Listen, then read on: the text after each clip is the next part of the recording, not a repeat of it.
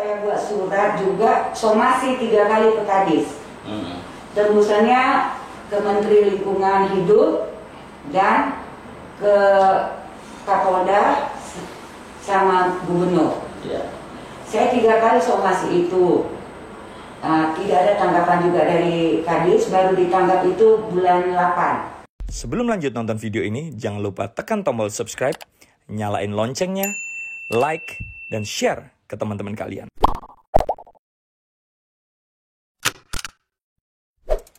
Selamat malam, salam jumpa sahabat delegasi dimanapun Anda berada. Pada malam hari ini, media delegasi grup dalam hal ini kegiatan podcast kedatangan tamu rekan-rekan dari Perkumpulan Hukum Lingkungan Hidup dan Pertambangan Nasional Sumatera Utara di bawah pimpinan Ibu Nurmala Cihauta Ginting Manik, sarjana hukum ya Bu ya. Selamat datang Bu, salam sehat Bu. Ya, sama-sama, selamat malam Pak. Ya.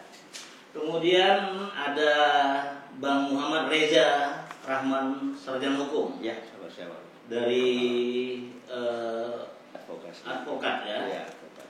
Kemudian ada juga Bung Muhammad Mustafa Kamal Tarigan, SHMH dari apa juga penasihat hukum juga. Selamat malam, Abang penasihat hukum. Ya, sama. Juga hadir di sini warga masyarakat, aktivis dan tokoh pemuda Muhammad Sayuti, Ketua KNPI Kecamatan Bandar Masilam, Kabupaten Simalungun. Salam sehat Bang. Sehat. Kemudian ada Abdul Rahim, masyarakat Bandar Masilam. Selamat malam Bang ya. Sahabat delegasi sekalian, permasalahan hukum sangat kompleks sekali terjadi di Sumatera Utara khususnya. Permasalahan hukum ini harus kita cari titik terangnya untuk dapat diambil manfaat sehingga masyarakat tidak dirugikan di satu sisi. Namun perjuangan-perjuangan ini perlu kita angkat dan kita kupas terkait dengan permasalahan yang dialami oleh masyarakat Bandar Masilam, Kabupaten Simalungun. Mungkin untuk awal pembicaraan ini kita minta dari Bang Muhammad Sayuti selaku warga masyarakat Bandar Masilam. Apa sih permasalahannya yang dikaitkan dengan adanya perusahaan yang kita harapkan perusahaan hadir di tengah-tengah masyarakat akan membawa dampak positif. Tapi kalau menjadi ada dampak negatif, akhirnya merugikan masyarakat. Dan ini menjadi diskusi kita pada hari ini. Silakan Bang Sayuti. Assalamualaikum warahmatullahi wabarakatuh. Waalaikumsalam. Pertama-tama, adanya kericuhan di PT Java yang berada di Bandar Masilam 2 ini atas aduan-aduan masyarakat ke organisasi yang saya pimpin. Ya. Waktu itu datang masyarakat ke organisasi KNPI mengatakan bahwasanya mereka sudah resah dengan limbah-limbah Java seperti contohnya lalat, asap.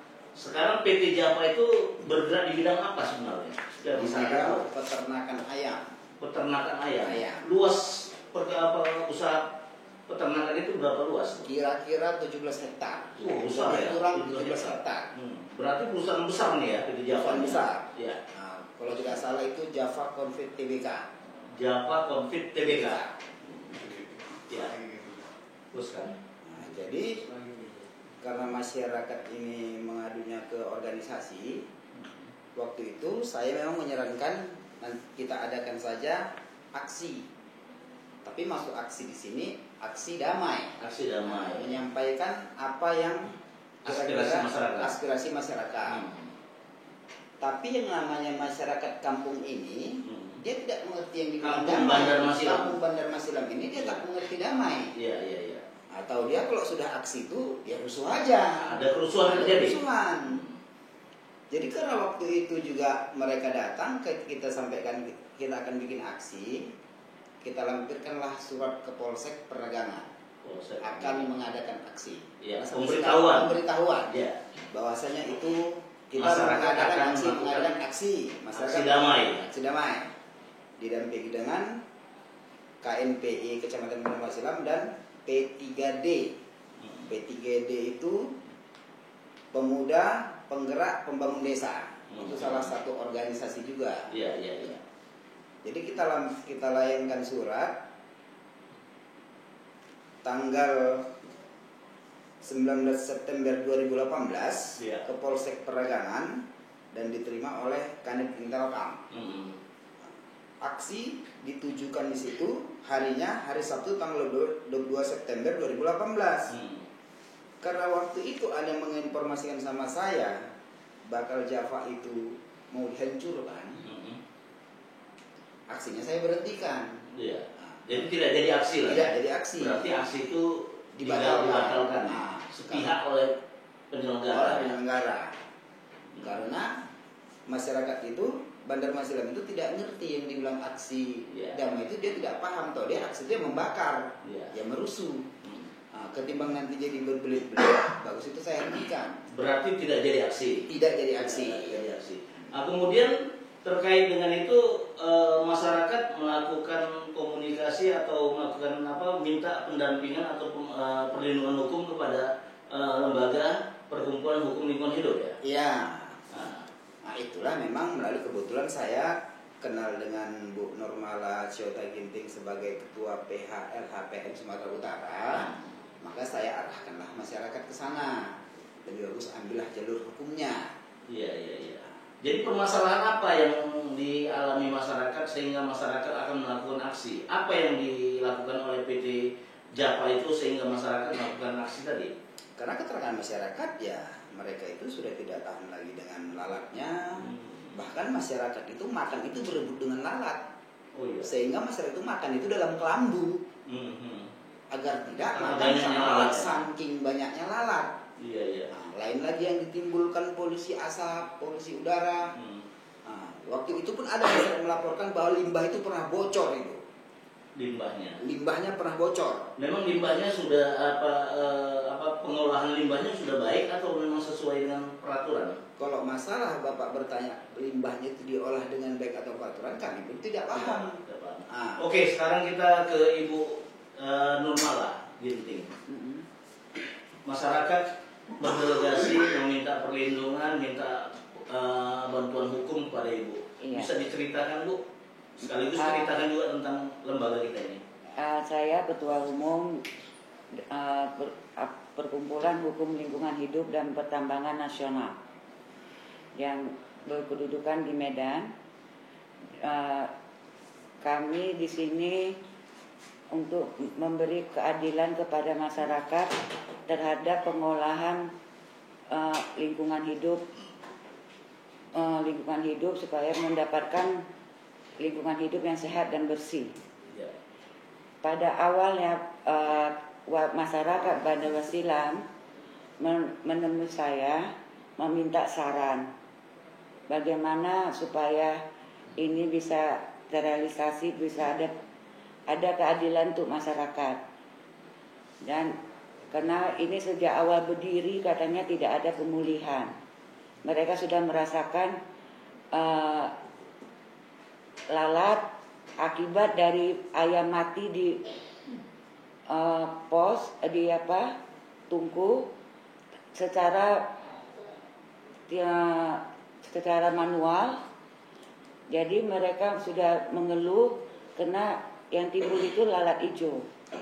Ini sebenarnya jadi saya menyarankan buat surat kuasa khusus ke perkumpulan, kita buat secara hukum resmi.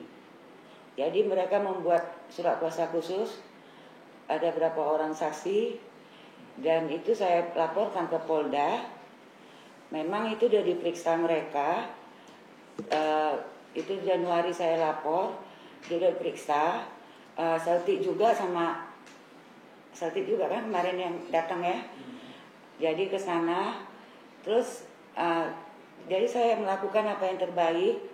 Karena saya lihat saya juga buat surat ke Menteri Lingkungan Hidup untuk melaporkan masalah pencemaran dan kerusakan yang terjadi di kawasan Bandar Masilam yang dilakukan oleh PT Java yang sudah lama dirasakan masyarakat.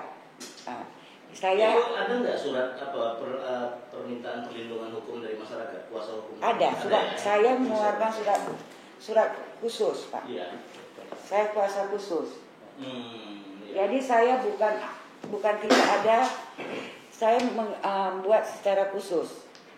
Jadi saya minta mereka, kalian cari bukti, kalian yang foto, kalian cari buktinya apa yang terjadi keluar kalian itu dikasih.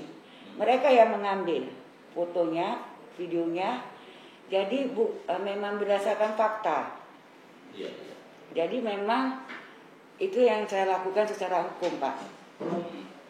Jadi saya memang di sini ini untuk memberi keadilan sama masyarakat dengan sukarela kami melakukan dengan rekan-rekan pengacara yang bergabung dalam perkumpulan hukum lingkungan hidup. Kami melakukan ini dengan sukarela untuk dapat keadilan karena banyak kesalahan di dalam lingkungan ini terhadap mereka mengeluarkan izin tanpa melihat tata ruang. Dan masalah dokumennya pun kebanyakan tidak sesuai dengan peraturan dan undang-undang. Udah itu aja, Pak. Oke. Kemudian masyarakat Pak Abdul Rahim ya, selaku masyarakat juga, apa yang menyebabkan masyarakat itu meminta perlindungan hukum pada kelompok lembaga perkumpulan hukum lingkungan hidup ini, sehingga apakah masyarakat sana diteror atau bagaimana sehingga perlu bantuan hukum? Apakah permasalahan ini juga tidak dilaporkan kepada kepolisian atau aparat desa, kelurahan atau kecamatan setempat terkait dengan potensi buruknya lingkungan di masyarakat itu? Assalamualaikum warahmatullahi wabarakatuh. Begini Pak ya, resahnya masyarakat itu sudah banyak, bahkan pemerintah setempat juga tahu dengan resahnya masyarakat. Tapi ya tidak ada tanggapan juga. Tidak ada tindakan dari aparat pemerintah setempat. Saya sendiri pernah tinggal di belakang tembok PT Japa, Pak. Jadi di situ saya tinggal, ya namanya pencemaran udara, asap dari pembakaran ayam mati tadi, ya itu ya entah kemana-mana. Bahkan di saat orang PT Japa Komplek ini panen ayam dan kotoran ayam itu pupuk kandang kita bilang kan, itu kalau lalat tuh Pak, kita mau makan pagi, sarapan pagi, itu kita dalam kelambu Pak. Oh iya. Saking banyaknya lalat. Nah, kalau kita siang, saya kan namanya tinggal di lingkungan di belakang PT Japa, tapi saya lingkungannya ladang gitu kan. Saya mau berjalan ke ujung ladang saya seperti mayat hidup Pak. Saking banyaknya lalat itu mengurumuni saya. Sampai sekarang? Kalau sekarang itu tidak ada, sekarang hanya pas mereka panen kotoran saja. Pas panen ayam kotoran. Itu setahun setengah sekali itu pasti tuh Pak. Jadi ya masyarakat tadi, saya lah selaku masyarakat ya resah gitu kan, kok bisa seperti ini, gimana sih cara penanggulangannya kok tidak ada gitu. Dan sudah pernah ada laporan ke polisi atau ke apa secara resmi tersurat itu?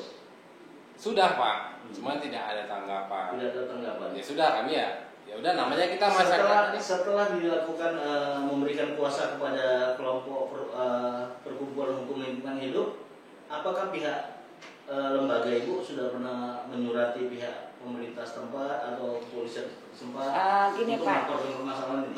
Saya sudah mempertanyakan ke dinas setempat, dinas lingkungan, bupati, perizinan, sama dinas kesehatan.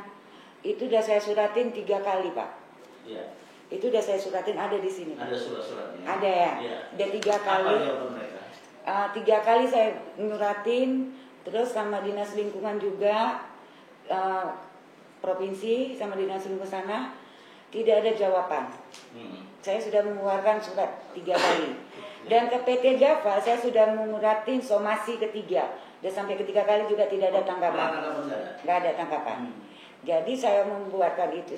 Sebelum saya melakukan laporan ke Polda, Kementerian. Sudah pernah buat laporan ke kepolisian? Udah bulan Januari tahun 2020. Jadi pada saat sebelum melapor itu sudah saya lakukan somasi 3 kali dan surat ke pejabat-pejabat kabupaten, Ya. tapi tidak ada tanggapan Somasi yang dilakukan. Jadi saya lakukan ke Polda, ternyata tidak ada titik terang juga Polda, saya lakukan kementerian. Laporan ke Polda itu ada nggak bukti-bukti apanya? Ada, Laporannya? ada Pak, Iya. ada laporannya. Saya terakhirnya saya saya suratin kementerian juga bulan 3. Ya, ternyata sampai saya ada pernah melaporkan 7 perusahaan di Polda tahun 2019, mulai dari September, Oktober, 7 perusahaan sampai sekarang titik terangnya tidak ada. Tidak pernah ada terrealisasi. Ya, apalagi PT Japa ya? Iya. Diadukan. Iya. Jadi ya, saya menganggap saya cuma melakukan secara hukum aja Pak, Iya. untuk melindungi masyarakat aja. Masyarakat pun berhak untuk ini. Karena saya lakukan itu supaya mereka pun tidak hilang mata pencarian. Misalnya yang nelayan, yang berkebun. Kalau jadi kebun itu sejak laporan yang dilakukan oleh pihak Perkumpulan Hukum Lingkungan kepada Polda, ada nggak efek daripada? Ada efek. Efeknya Pak. Alhamdulillah sekarang saya dengar dari anggota saya di sana, Fairudin, bahwa sekarang pihak perizinan dan dinas tidak berani lagi mengeluarkan izin kalau tidak sesuai dengan undang-undang. Karena kemarin ada juga mau buat PKS nggak dikeluarkan karena katanya sekarang udah ada hukum di Simalungun. Jadi mereka tidak berani mengeluarkan izin kalau tidak sesuai tata ruang, tidak sesuai izin dengan lingkungan, AMDAL. Itu ada pengaruh positif bagi masyarakat karena masyarakat jadi sekarang hukum mereka tidak berani lagi. Selama ini mereka bisa mengeluarkan saja tanpa sesuai dengan tata ruang, AMDAL. Itu kan kalau bangunan itu kan harus memang di lokasi kawasan industri, bukan di kawasan Pertamina. Jadi keberadaan PT Japa ini di kawasan industri atau di kawasan pemukiman masyarakat? Pemukiman masyarakat. Perumahan Pak. Pemukiman masyarakat. Memang itu kawasan yang direkomendasikan oleh Pemkab Simalungun untuk menjadi kawasan peternakan ya? Nggak ada, itu nggak ada juga. Izinnya nggak jelas juga? Itu Pak, memang sekarang inilah udah ada perubahan dari dinas-dinas ini, camat sama perizinan tidak berani lagi mengeluarkan izin untuk orang perusahaan pabrik. Harus sesuai dengan tata ruang dan izin lingkungan. Karena mereka mengakui sekarang di Simalungun ini udah ada pengacara lingkungan. Itulah kok yang mereka rasakan terima baik. Ada respon bahwa mereka mulai dinas sudah pun mulai taat hukum. Oke, tadi ada konsekuensi yang diterima oleh masyarakat terkait dengan hadirnya kelompok lembaga lingkungan hidup ini, lembaga hukum lingkungan hidup. Kemudian tadi ada bahasa bahwa ada laporan dari pihak tertentu terkait dengan perlindungan hukum yang dilakukan oleh masyarakat, sehingga ini ada imbas. Iya. Ini prosesnya sampai terjadi ada laporan dari dari kelompok lain kita katakan terkait dengan permasalahan yang diadukan oleh masyarakat itu bagaimana ceritanya? Ini Pak, ini benarnya nggak ada masalah lain. Ini yang melaporkan itu pihak perusahaan kepada perkumpulan yang mengatasnamakan nama Nurmala Ginti. Mereka melaporkan saya ke Polda. Itu sejak kapan mereka melaporkannya? Itu kan saya melaporkan itu ke bulan 1. Dia pertama laporan itu bulan Juni 2020. 2020. Berarti setelah 5 bulan. Ya, dilaporkannya saya mudah-mudahan udah IT. Terus sementara laporan kita tidak pernah ditanggapi. Enggak, udah dihentikan Pak. Udah dihentikan. Bulan Mei dihentikan. Di SP3 kan? SP3, tapi saya suratkan lagi untuk untuk dibuka lagi. Ya. Ada juga suratnya. Jadi di SP3 karena saya melihat apa yang mereka tuang itu tidak ada kebenaran. Karena pada saat itu saya ada dapat ketatan PT Java dari Kadis ke Kadis Provinsi Sumatera Utara. Terakhir saya buat surat juga somasi 3 kali ke Kadis.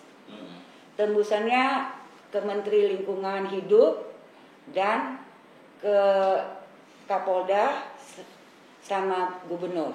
Ya. Saya 3 kali somasi itu. Tidak ada tanggapan juga dari Kadis, baru ditanggap itu bulan 8. Dan saya juga tembusannya kan ke Menterian. Ternyata Menterian respon. Menurunkan anggota untuk mengecek apa benar ini ketatan PT Java ini. Memang turun timnya? Ada, Pak. Dari kementerian? Ada. Tapi saya nggak boleh sebut. Ya, apa rekomendasi dari kementerian pada waktu itu? Ada nggak resmi tertulis? Ada, Pak. Oh, ada juga. Itu Ya. kan jadi pegangan pada Iya. perkumpulan hukum. Iya. Oke. Nah, ini ada 2 penasihat hukum ini Iya, yang hadir juga bersama kita, yang ikut sepertinya karena adanya pengaduan ini ada kayaknya perhatian yang lebih dalam lagi untuk melindungi kelompok perkumpulan hukum, karena sepertinya ada pejuang masalah lingkungan hidup, berjuang untuk kepentingan masyarakat, tapi malah dijadikan tersangka kalau kita dapat informasi gitu ya. Mungkin bisa diceritakan nih Pak Pak Mustafa Kamal Tarigan, silakan. Jadi terkait permasalahan hari ini yang kita tangani, kalau secara kata hukum, ini tidak sesuai lagi. Mengapa saya bilang tidak sesuai? Pertama, kalau kita lihat dari undang-undang advokat, itu seorang pengacara ada hak imunitas. Hak imunitas artinya begini: selama tidak lari dari permasalahan yang dia tangani, seorang pengacara tidak boleh dijadikan tersangka. Kemudian hak imunitas selanjutnya, apapun yang dilakukan seorang pengacara demi menjunjung tinggi keadilan dan hukum, itu sah-sah saja, selama tidak lari dari itu tadi.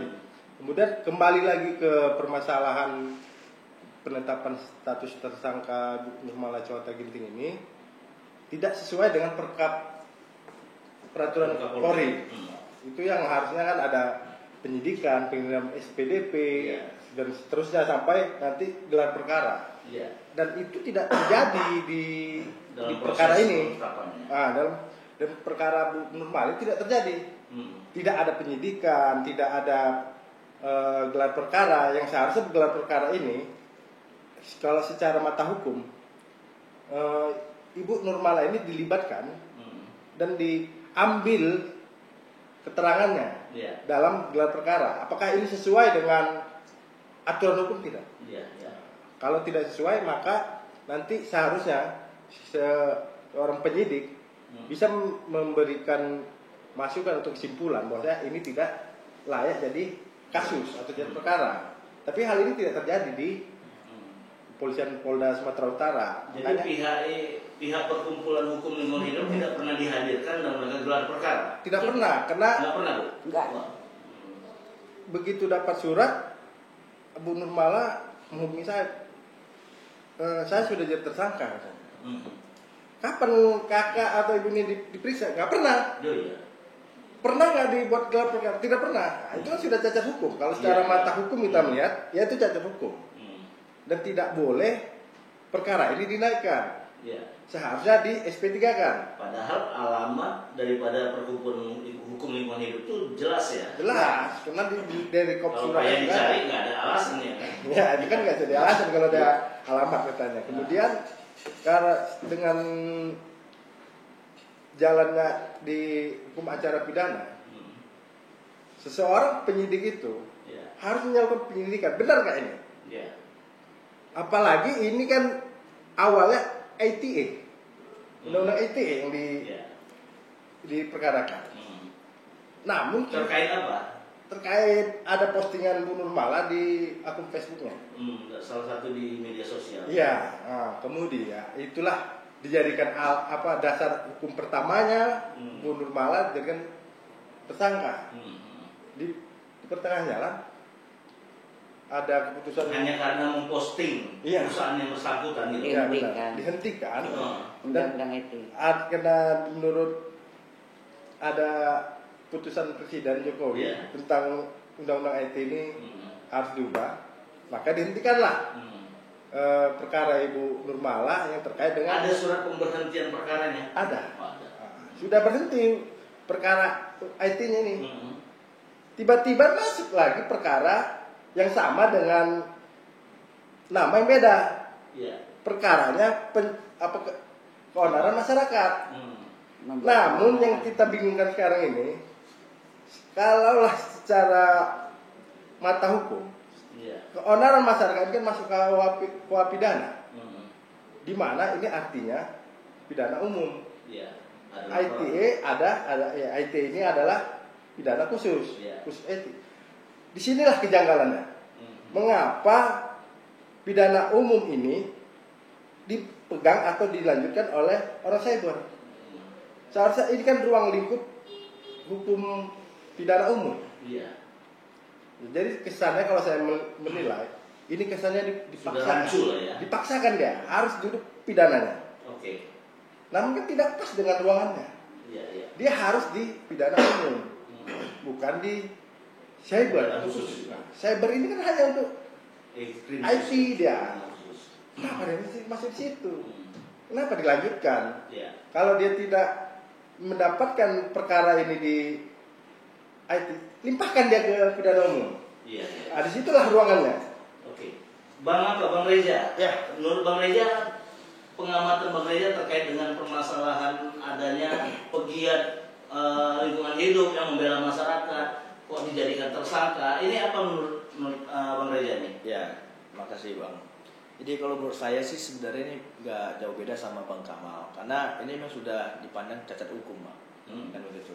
Dari kemarin tuh saya dapat telepon dari Kak Nurmala, Dek, kakak dijadikan tersangka atas dasar apa kak? Saya tanyakan itu kan, atas pasal ini saya yaudah kita dengan apa?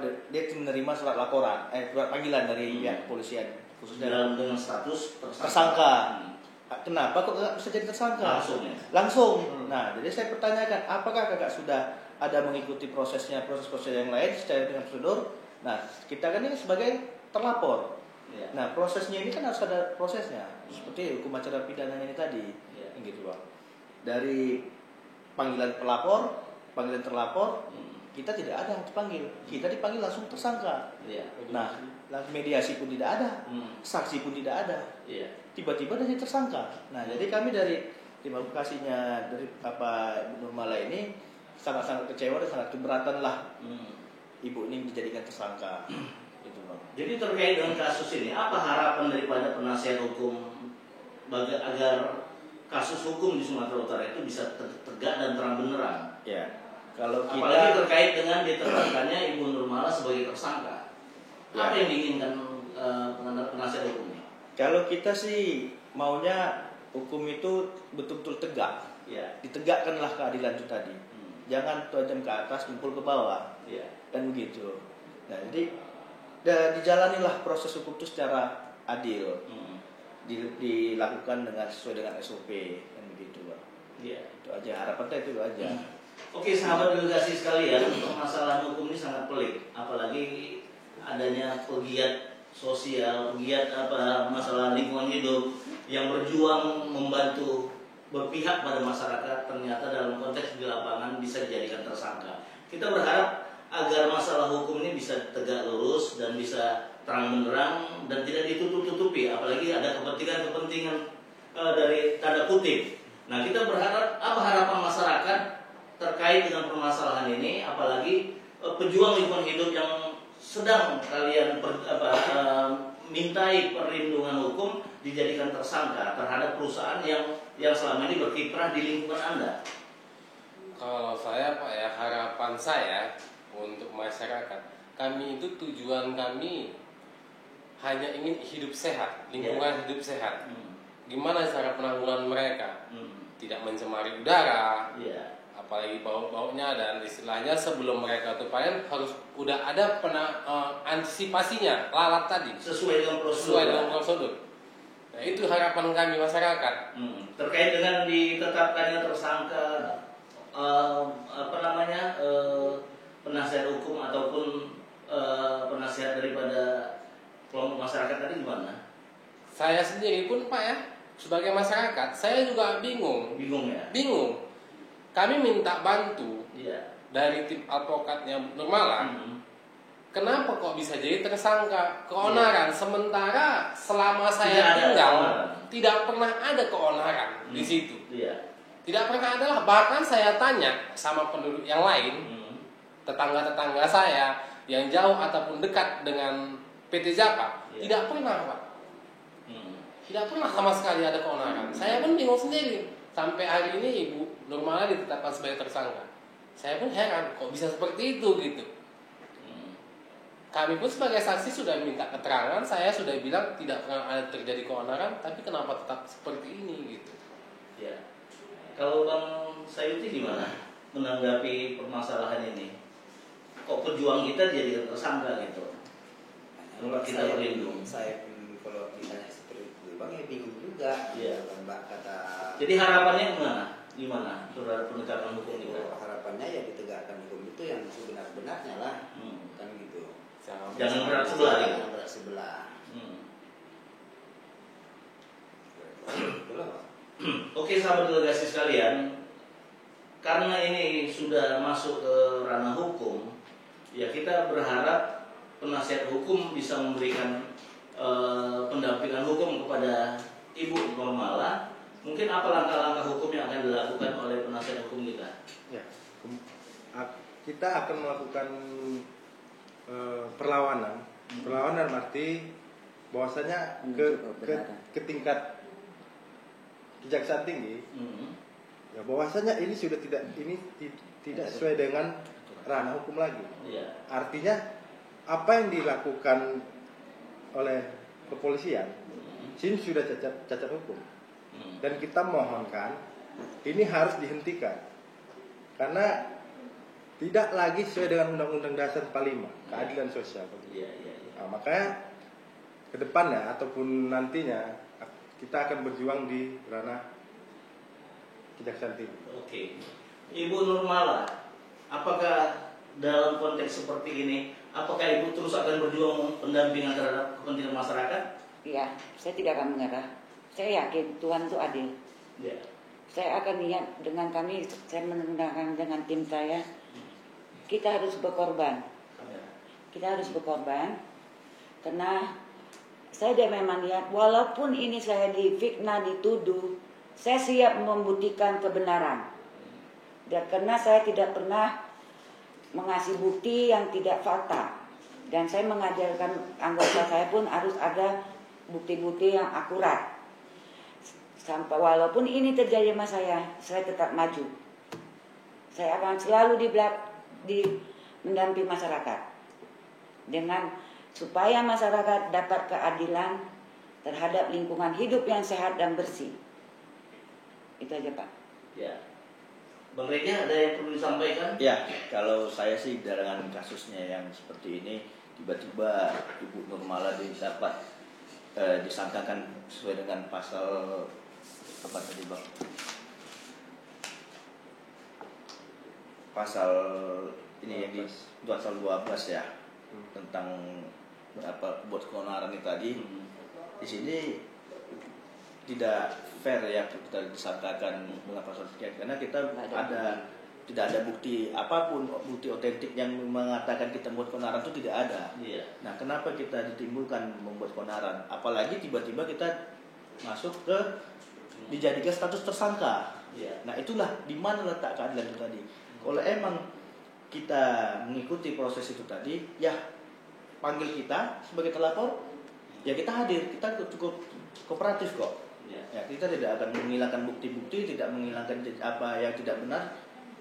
Kita akan memberikan yang benar-benar itu untuk melindungi dari permintaan dari masyarakat itu, untuk melindungi itu. Nah, tentu dengan atas adanya ini tadi kita sangat-sangat keberatan. Jadi untuk upaya hukumnya kita akan memberikan yang terbaik lah buat perlindungan hukum dari Kak Nurmala. Apapun itu kita akan perjuangkan gitu. Ya. Oke, sahabat delegasi sekalian, banyak yang di Republik ini perlu ada penegakan hukum yang benar-benar rasional dan dapat dipertanggungjawabkan. Kita berharap permasalahan-permasalahan hukum, apalagi yang menjerat aktivis hukum dan lingkungan hidup, dalam hal ini Ibu Nurmala Ginting, ini bisa dapat diselesaikan dengan secara arif dan bijaksana oleh penegak hukum yang ada di Sumatera Utara. Karena permasalahan ini adalah permasalahan masyarakat, semuanya masih bisa dibicarakan secara baik-baik, itu harapan kita. Kami dari media delegasi mengucapkan terima kasih kepada Ibu Nurmala, rekan-rekan penasehat hukum, ada Bang Ginting, Bang Reja, Bang Sayuti, dan Bang Rahim ya, telah jauh-jauh datang dari Simalungun untuk membicarakan masalah ini. Kami delegasi mengucapkan ribuan terima kasih atas kehadirannya dalam situasi puasa ini. Kita masih semangat terus memperjuangkan kepentingan masyarakat. Selama itu bermanfaat bagi masyarakat, kita akan di depan untuk memperjuangkan kepentingan masyarakat. Kami dari delegasi mengucapkan ribuan terima kasih. Saya Ardiansa Tanjung. Salam delegasi.